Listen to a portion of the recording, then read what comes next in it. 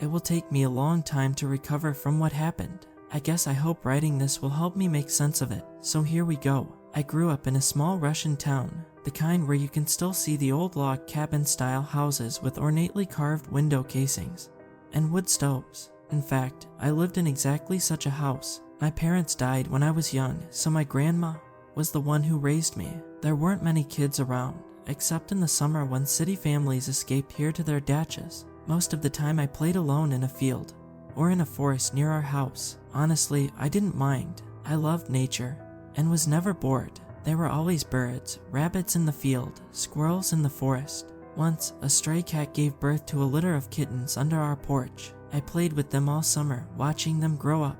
I was not allowed to go too deep into the forest, but of course I did. That was really my domain. In the autumn I enjoyed scaring mushroom foragers by standing quietly among the trees until they noticed me. I must have been a spooky sight, a pale little blonde girl lurking in the bushes. One summer day I went a little too deep. I remember the feeling of a storm gathering. The daylight was still strong, but dark clouds were covering the sun, plunging the forest into a premature dusk. The wind was picking up, making rustling waves high up in the canopy. I started to feel uneasy, as one does before the storm. I knew I should turn back and run home before the rain broke, but I thought I noticed something in the clearing ahead. I stepped into a little patch of grass and wildflowers next to a broken trunk where I saw a stag lying on his side. I remember how huge he was, bigger than a horse, although everything looms large in childhood memories. His tawny brown sides were heaving in slow, laborious breaths. I didn't understand why he was just lying there like that when I saw the bear trap. His hind leg was trapped, blood caked around it. This is when I did something reckless that would change my life forever. So many years later, I should have run home and told my grandma and let adults figure it out, but I couldn't bear to watch this animal suffer. I approached the stag and knelt by the bear trap. Thinking about it now, I should have been afraid that it would kick me and there would be two of us dying on the forest floor, but I just wasn't. I pried the trap open, cutting my hands in the process. It took all the strength from my tiny body to do it, but eventually it gave in. The stag was looking at me out of one mad round brown eye. As soon as his leg was free, I gingerly stepped away. The deer shuffled upright, clumsy at first. He gave me another look, huffed, and staggered away into the undergrowth. I was elated. My hands hurt, and it was getting darker by the minute, but I felt like a hero. This is when I realized I was being watched. I noticed a shape out of the corner of my eye, something very tall and very dark. I thought I saw a long, non-human skull and antlers. Although the creature was definitely bipedal, I didn't dare to face it or linger. Instead, I turned around and ran like hell towards home. I made it inside just before the downpour started. I didn't tell my grandma about the incident nor anyone else. Over the years, I forgot about the stag, although every once in a while, I had this nightmare where I was in the forest again. The creature was there with me. I always woke up just before it started to move. Apart from that, I had a pretty normal life. I graduated, moved to Moscow for university. I've always been a bit of a loner. Maybe I have a little too much social anxiety, or maybe I'm just an introvert. I don't know, but I've managed to make friends, and my life at university was a healthy mix of parties and cramming for the exams. I met Anton at one of those parties. The first time I saw him, he was playing guitar, surrounded by the gaggle of pretty girls. His shaggy blonde hair fell on his face as he was singing behind blue eyes. His eyes were more gray than blue, but none of us fans seemed to care. He was tall and broad-shouldered and had an infectious crooked smile. When he spoke to you, he made you feel like you were the most interesting person in the room. I knew I didn't have a chance with a guy like him, so I almost didn't believe it when he asked me on a date. For a while, I couldn't figure out what he found in me, but he was so patient and so loving. Day after day, he showed me how special I was to him, how precious. So eventually, I started to believe it. Every day I woke up next to him, I thought how lucky I was to have this man in my life.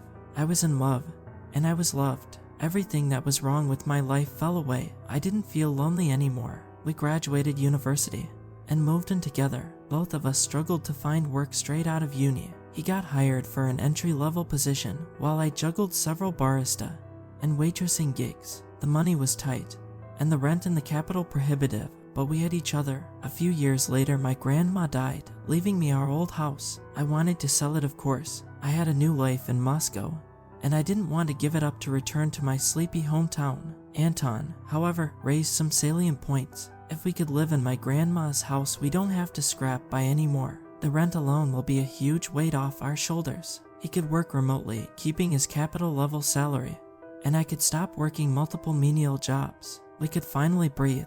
Maybe we'll get married and start a family. We'll have each other all to ourselves. Of course I agreed. What made him happy made me happy, and he was so excited about the move that it rubbed off on me. So we packed our life in boxes, hired a van, and moved to my grandma's house at the start of the summer. Anton made friends straight away. I always loved this about him. He was such a golden retriever. Not a couple of weeks after the move, he went to fix his car and started chatting to the mechanic. Pretty soon Peter became a semi-permanent fixture of our little household. He and Anton hung out weekly, drinking beers and watching football. Usually I stayed up with them for a bit and shared a beer before heading to bed and leaving them to their guy talk. When Anton went to our local coffee shop, he made friends with Max, the barista. Max too became a regular guest, although not as frequent as Peter. It was Max who told us that they had a job opening for another barista. I was getting a little antsy, at home all day, so I took the job. There were others as well, and soon Anton had a pretty busy social calendar. I felt like I was falling behind, but he always invited the guys he befriended to ours to make me feel included. I was grateful, but something was weighing on my mind. The nightmare started again a couple of weeks after we had moved. At first it went exactly as before. I woke up just as the creature started to move. A couple of times, when it happened, I woke up alone in our bed. Anton was still hanging out with his new mates. I could hear them laughing downstairs, and while I desperately wanted him to come and comfort me, I didn't want to be dramatic or childish. Then it got worse. I was in the middle of this nightmare. The creature started moving, sending a wave of panic over me. I squeezed my eyes shut and willed myself to wake up. Nothing happened. The creature was getting closer. I still couldn't face it head on, but I felt the dark looming shape blocking out the light. I desperately whispered to myself, "Wake up," but nothing happened again. The creature was now right beside me. It reached out a hand towards me. It was a half-rotten deer-like ending with human-like hands, with long curved talons. The flesh was falling off the bones, and I could see maggots squirming inside the holes. It grabbed my shoulder, and I fell into a dreamless oblivion. I woke up the next morning feeling like I'd been run over by a truck. Anton was in bed next to me, and I nuzzled into his chest. The sun was streaming through the old blackout curtains. As I took in our bedroom, the old rug, TV in the corner, Anton, still asleep, wrapped his arms around me, and I felt safe.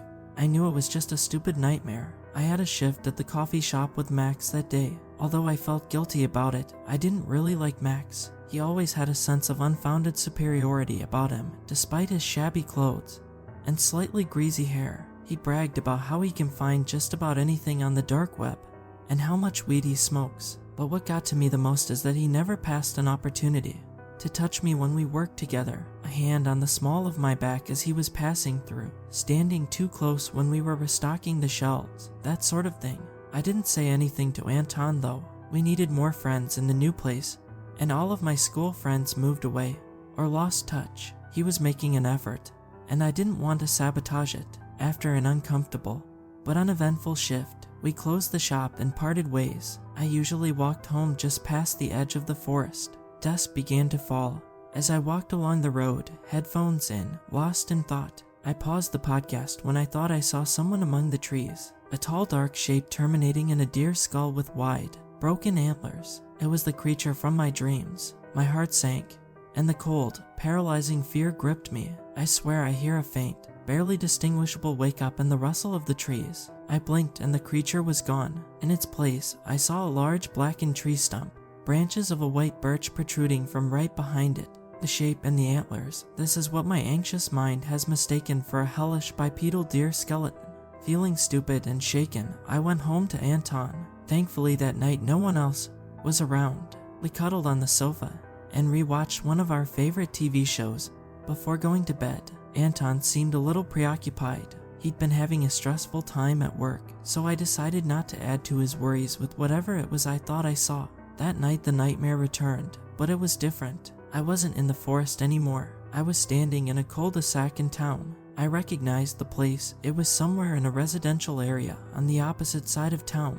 It was the middle of the night. No one was on the street. I heard approaching footsteps and saw a man in a black hoodie with headphones walking on the opposite side of the road towards me, swaying slightly. As the man approached, I recognized Max. The creature stood in Max's way. It wasn't there a second before, but now the dark shape was blocking the man's path.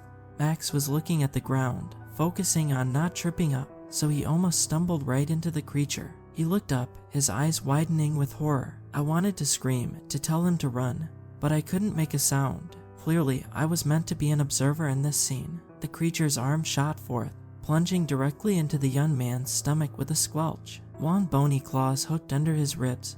As it dragged Max closer, the man tried to dig his heels into the pavement, resisting the pull. The creature slowly lifted Max a couple of feet in the air, leveling its face with his. Max opened his mouth to scream, but the creature's other hand reached his throat first. The skeletal hand squeezed around the man's neck, holding him firmly in place, stopping him from drawing a breath, let alone screaming. Then the creature, still fixing Max by the neck, dragged its other hand down, tearing through the man's stomach, guts, and pelvis. As Max's intestine plopped on the asphalt, with the sound of wet pot noodles, I once again lost consciousness. As much as I didn't want to go, I had a shift the next morning. In a way, I thought it would be comforting to see Max, alive, and well. Oh, how we would laugh about that silly dream, I thought. Except, of course, I wasn't planning on telling him about it.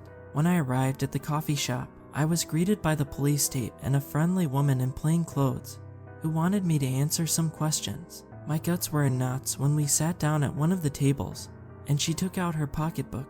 She introduced herself as Maria, the detective in charge of the case. She was a serious-looking woman in her mid-30s, with a tidy plate and an unassuming face. She asked me questions about my relationship with Max, where and when I saw him last, and if I ever noticed anything strange about him, or the company he kept. I answered truthfully, of course, that I didn't notice anything out of the ordinary. I mentioned the dark web stuff as well, just in case it will be relevant to the case. She carefully evaded all of my questions about what exactly had happened before she got everything she wanted out of me. The whole time I felt like I was hiding a terrible dark secret.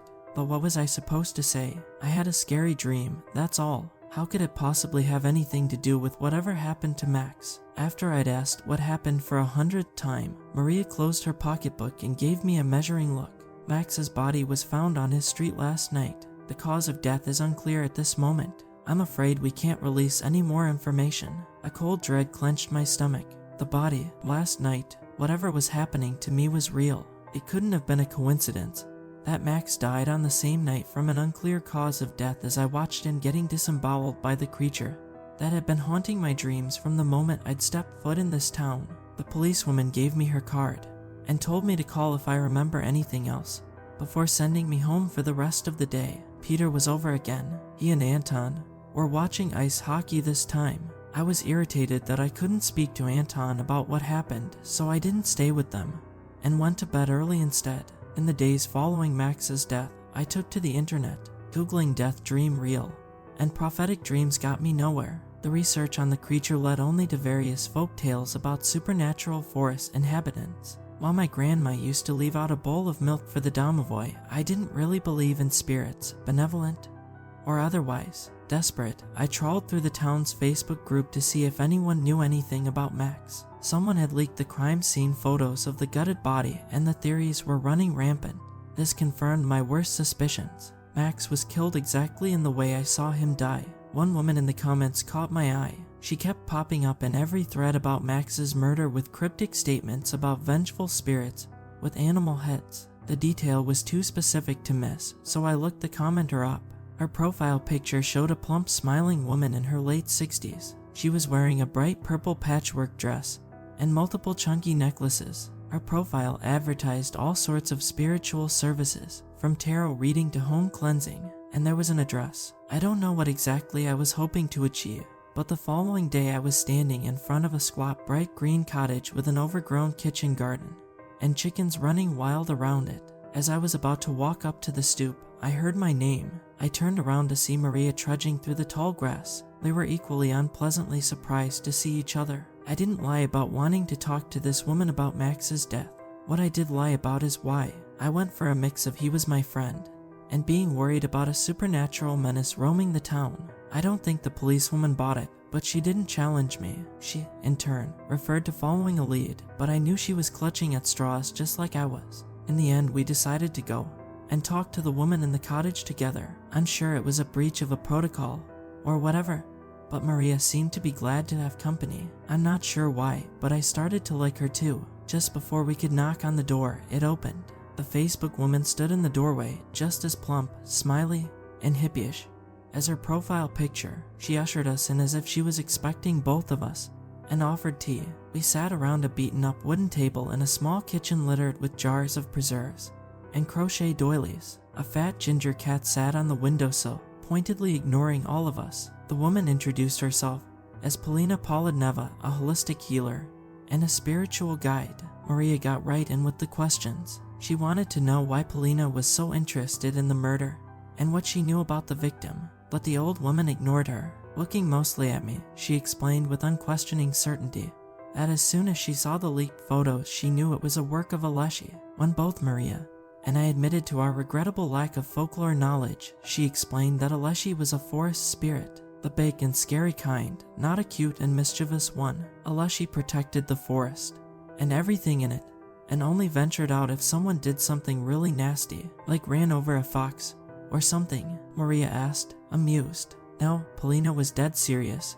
Something much worse. You'll see when you get that hard drive back. I was confused, and Maria looked completely aghast. She demanded to know how the old woman knew about the hard drive, but Polina just blew her off somehow.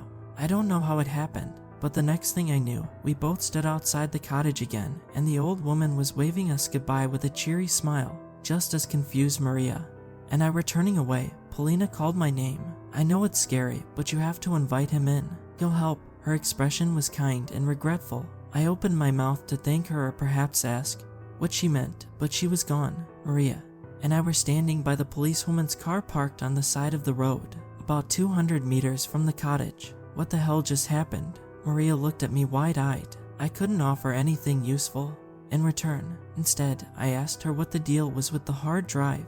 Maria hesitated for a moment, but explained that the police found an encrypted hard drive at Max's flat. It was currently being worked on in the capital, and they were expecting the contents back soon. Before we parted ways, Maria insisted I put her number in my phone. I didn't think she understood what was going on any better than I did, but I knew she thought I was somehow linked to the murder. Did she think I was in danger, or did she suspect I was involved? With these questions unanswered, I headed home. That night I decided to ask Anton about Max. They hung out a fair bit, and I thought maybe he knew something about what might have been on his friend's computer that warranted the extra security measures. I didn't think much of it, really. He was buying weed online, so no wonder he was concerned about privacy. Anton got very cold with me. He said he doesn't stick his nose into his friend's business, and neither should I. He said that the man just died a gruesome death, and it was messed up of me to play detective. Of course, he was right. He was much closer with Max than I was, so it must have been hard for him. At least I was sensible enough not to bring up the dream I had about Max's death.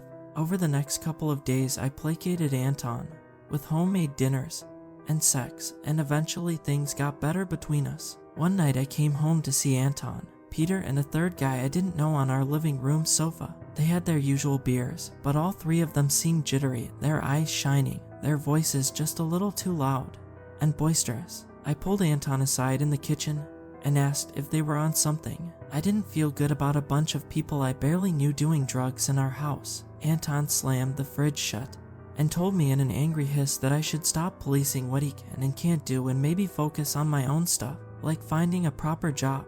I fought back tears, smiled politely at the guests, and excused myself to the bedroom, where I cried myself to sleep.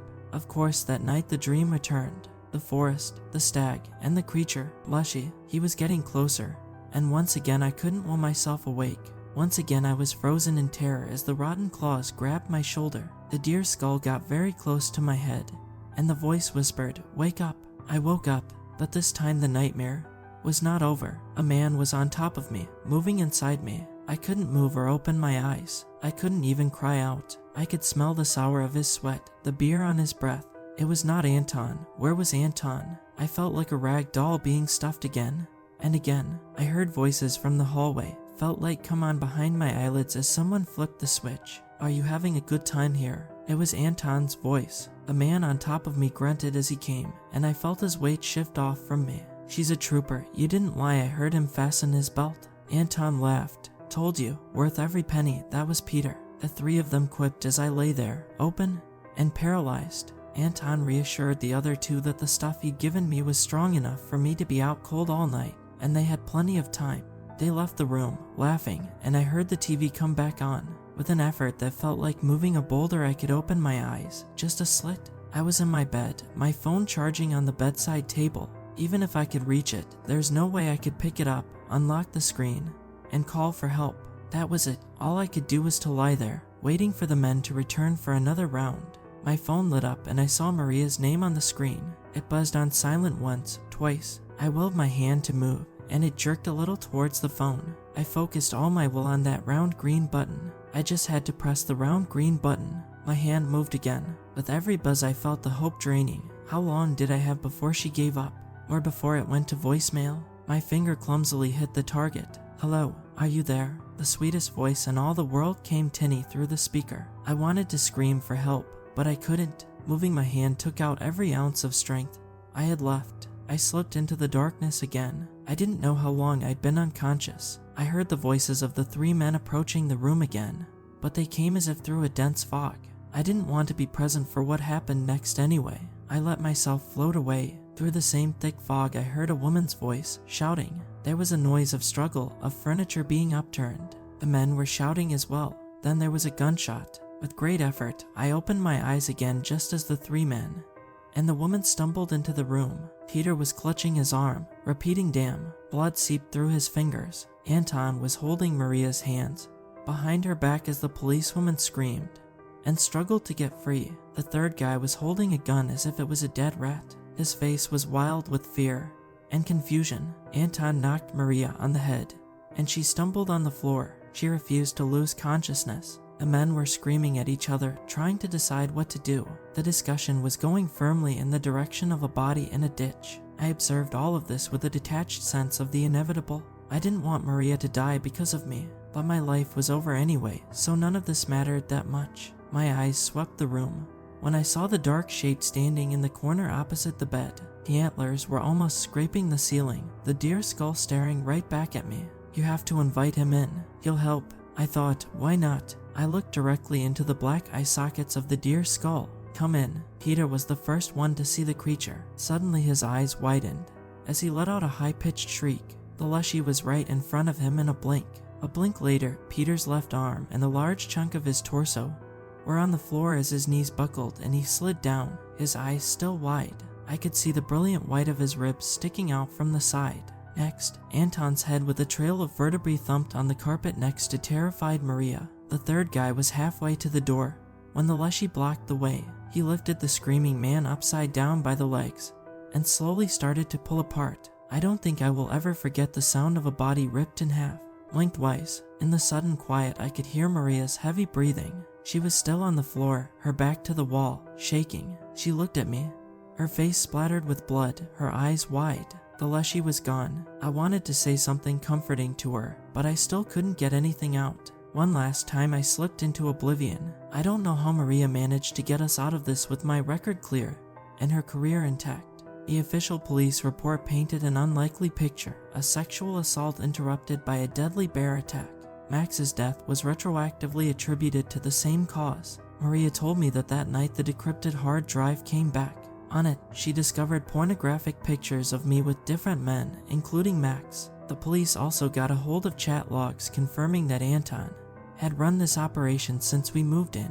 She called me immediately, and when she didn't hear anything on the other end, she rushed to my house, alone, guns blazing, like an idiot. According to her, she tried to arrest the men at the house, but was overpowered. I have been there for the rest. When the dust settled, Maria and I went back to Polina Polidneva's cottage. We only found charred remains of a building. The land registry showed that the cottage burned down in the 50s. There's no Facebook profile or comments from a woman with that name. I sold my grandma's house and moved back to Moscow. I'm in therapy now for the not supernatural part. I've reconnected with my friends from uni and I'm trying my best to move on from everything that happened.